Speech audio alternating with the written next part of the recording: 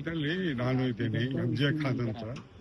ಇದು ಬಹಳ ವರ್ಷ ಇಂಪಾರ್ಟೆಂಟ್ ಮುಸ್ಲಿಮ್ಸ್ ಈಗ ಛತ್ತೀಸ್ಗಢದಿಂದ ಬಂದಿದ್ದು ಫಾರನ್ ಕೇಳಿ.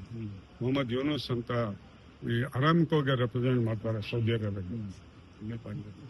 ಒಬ್ರು ಪ್ರೊಫೆಸರ್ ಶಾಹಿದ್ ಅಂತ ಇಸ್ಲಾಮಿಕ್ ಸೆಂಟರ್ ಅವ್ರು ಬಂದಿದ್ದು. ಇಸ್ಲಾಮಿಕ್ ಸೆಂಟರ್ ಲುಧಿ ರೋಡ್ ನಲ್ಲಿ ಇದೆಯಲ್ಲ, ಅದು ಸಿರಾಜ್ ಕುರಿಚ್ ಅಂತ ಬಹಳ ದೊಡ್ಡ ವ್ಯಕ್ತಿ. ಇಂಥವ್ರು ಬಹಳ prominent Muslims of the community.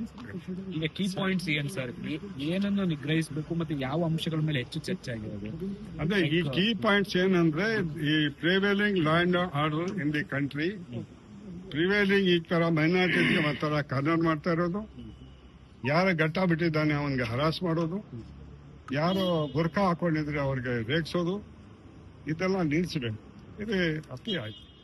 ಅದಕ್ಕೆ ಮನವಿ ಮಾಡ್ಕೊಳ್ಳೋಕೆ ನಾವು ಸರ್, ಇತ್ತೀಚೆಗೆ ಯಾವ ಘಟನೆಗಳನ್ನ ತಾವು ಮುಖ್ಯವಾಗಿ ಇಟ್ಕೊಂಡು ರಕ್ಷಣಾ ಸಚಿವರನ್ನ ಭೇಟಿಯಾದ್ರಿ ಅನ್ನೋದು? ಯಾಕೆಂತಂದ್ರೆ ಮೇನ್ ಅಜೆಂಡಾ ನಿಮ್ದು ಏನಾಗಿತ್ತು? ಇತ್ತೀಚೆಗೆ ಯಾವ ಘಟನೆಗಳು ಅಂತ? ಘಟನೆಗಳು ಈಗ ಉತ್ತರಾಖಂಡ್ ನಲ್ಲಿ ದೀಪಕ್ ಮೊಹಮ್ಮದ್ ನಡೀತಲ್ಲ, ಮೊಹಮ್ಮದ್ ದೀಪಕ್ ಯಾರ ನೀವು ಅಂತ ಕೇಳಿದಾಗ ಆಮ್ ದೀಪಕ್ ಮೊಹಮ್ಮದ್ ಅಂತ ಹೇಳ್ತಾರೆ.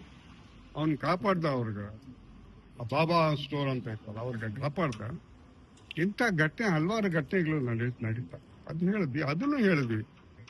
ಈಗ ತೋರ್ಸಾರಲ್ಲ ರೈಫಲ್ಲು, ಒಬ್ಬ ಮುಖ್ಯಮಂತ್ರಿ ಆಸಾಮ್ದು, ಅದೇನ್ ಮಿಯಾ ಮಿಯಾ ಏನಿತ್ತು, ನಾವೇನು ಅಷ್ಟಕ್ಕೆ ಹೋಗಿದ್ವಿ ಮಿಯಾ हम क्या मियाँ को सबक सिखाएंगे ಅಂದ್ರೆ ಸರಿಗಿಲ್ಲ. ಇದು ರೆಸಲ್ಮೆಂಟ್ ತೋರ್ಸಕ್ಕೆ ನಾವು ಬಂದಿದ್ದೀವಿ. ಈಗ ಹೋಮ್ ಮಿನಿಸ್ಟರ್ ಮತ್ತೆ ಪ್ರೈಮ್ ಮಿನಿಸ್ಟರ್ ಭೇಟಿ ಯಾವಾಗ ಎಕ್ಸ್ಪೆಕ್ಟ್ ಮಾಡಬಹುದು? ಅದು ತಕ್ಷಣ ಮೆಸೇಜ್ ತಮ್ಮನ್ನೆಲ್ಲ ತಿಳಿಸ್ತೀನಿ ನಾನು.